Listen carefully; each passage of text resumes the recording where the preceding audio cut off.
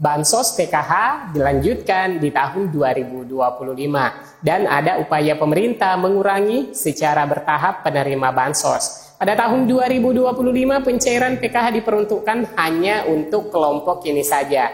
Nah, seperti apakah informasinya? Simak terus hingga tuntas. Saya akan segera kembali menginformasikan setelah tayangan singkat berikut ini.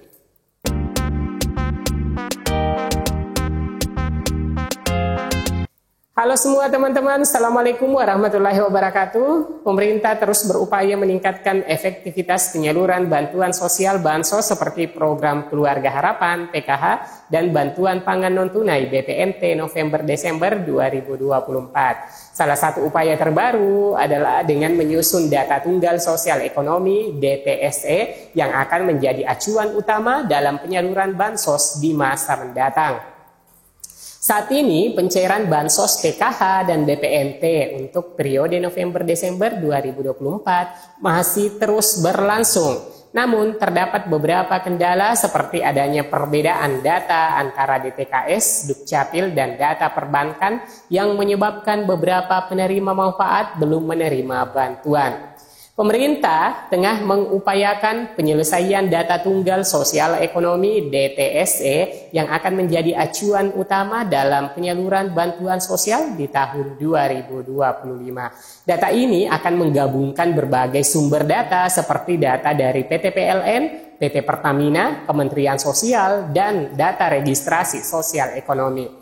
Tujuan utama penggunaan DTSE adalah untuk memastikan penyaluran bansos lebih tepat sasaran. Dengan data yang lebih akurat dan terintegrasi, pemerintah dapat mengidentifikasi keluarga penerima manfaat yang benar-benar membutuhkan bantuan.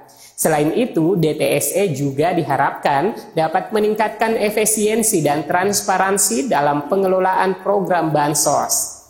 Dilansir dari Tempo.co, Ketua Badan Percepatan Pengentasan Kemiskinan BP Taskin, Budiman Sujatmiko, memberi sinyal akan mengurangi jumlah penerima bansos atau bantuan sosial secara perlahan-lahan. Ia mengatakan bansos tidak akan serta-merta dihapuskan, namun pemerintah akan lebih fokus ke langkah pemberdayaan masyarakat untuk mengurangi jumlah kemiskinan. Bansos tetap ada, tetapi kita akan mulai banyak mengerahkan pada pendekatan pemberdayaan dan pembangunan. Ucap Budiman di kantor Kementerian Koordinator Bidang Pembangunan Manusia dan Kebudayaan, Jumat 6 Desember 2024. Budiman melanjutkan, ke depannya pemberian bansos akan dilakukan dengan lebih presisi kepada pihak-pihak yang dianggap memang sangat membutuhkan bansos tersebut. Bansos-bansos ya akan lebih banyak untuk mereka yang memang betul-betul sangat tidak mampu gitu ya. Misalnya difabel, ODGJ atau lansia begitu. Tapi bagi mereka yang punya kapasitas produktif kita akan arahkan, ujarnya. Menteri Keuangan Sri Mulyani Indrawati menyatakan anggaran perlindungan sosial Perlinsos pada rancangan anggaran pendapatan dan belanja negara RAPBN 2025 sebesar 504,7 triliun. Secara rinci, target anggaran Perlinsos mencakup program Keluarga Harapan PKH untuk 10 juta keluarga penerima manfaat KPM dan program Kartu Sembako untuk 18,8 juta KPM.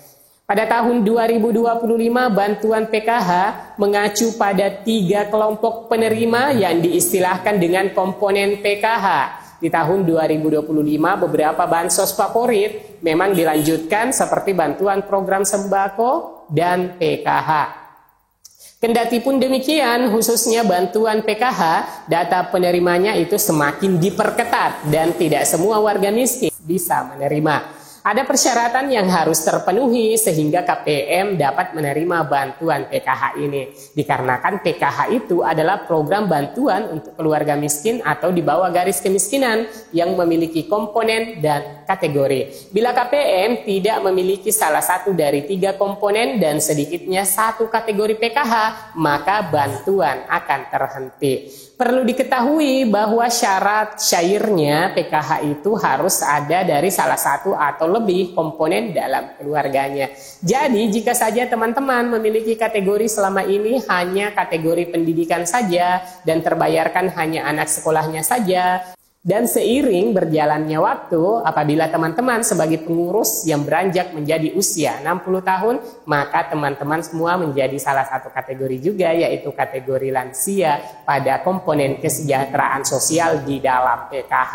Sehingga pada pencairan PKH ini di tahun 2025 nantinya menjadi lebih besar bantuannya. Karena usia yang ada di dalam kartu keluarga bila tercatat usia 60 tahun ke atas, maka secara otomatis menjadi kategori lansia yang juga mendapatkan bantuan. Atau dalam hal ini bantuannya bertambah jika selama ini itu yang terbayarkan hanya satu kategori dari anak sekolah. Namun seiring berjalannya waktu, ternyata pengurus atau ibu rumah tangganya menjadi bumil kembali. Maka bantuan akan bertambah dengan syarat bulan kehamilannya dilaporkan ke pendamping sosial untuk diupdate bulan awal kehamilannya. Jadi bisa saja pada tahun 2025 untuk tahap 1 akan bertambah. Nah, oleh karena itu setiap komponen yang terdiri dari beberapa kategori menjadi mutlak untuk teman-teman ketahui. Karena bisa jadi di tahap ke-1 tahun 2025 bertambah komponen yang dimiliki sehingga kategori yang ada pada komponen tersebut terbayarkan pada tahap ke-1 tahun 2025. Jadi harap teman-teman catat ya, setiap komponen terdapat beberapa kategori di dalamnya. Dan teman-teman, kategori ini adalah syarat mutlak bagi penerima PKH.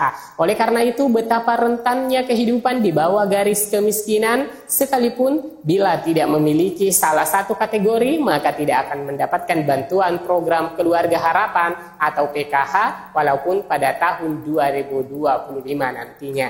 Nah teman-teman, ada pun 3 komponen PKH yang dibayarkan bantuannya. Di sini saya akan merinci satu persatu. Karena PKH itu sendiri terdapat 3 komponen, di mana setiap komponennya itu terdapat beberapa kategori anggota keluarga. Nah yang pertama teman-teman, komponen kesehatan. Nah komponen kesehatan itu terdapat 2 kategori di dalamnya, yaitu kategori ibu hamil atau nifas dan anak usia dini. Nah untuk kategori ibu hamil yang terbayarkan itu adalah kehamilan yang kedua. Jadi teman-teman atau ibu-ibu penerima PKH jika sudah memiliki 2 anak lantas hamil lagi, nah ini tidak masuk menjadi kategori ya teman-teman, meskipun kenyataannya sebagai ibu yang sedang. Nah selanjutnya teman-teman, komponen kesehatan untuk kategori anak usia dini 0 tahun hingga 6 tahun 0 bulan.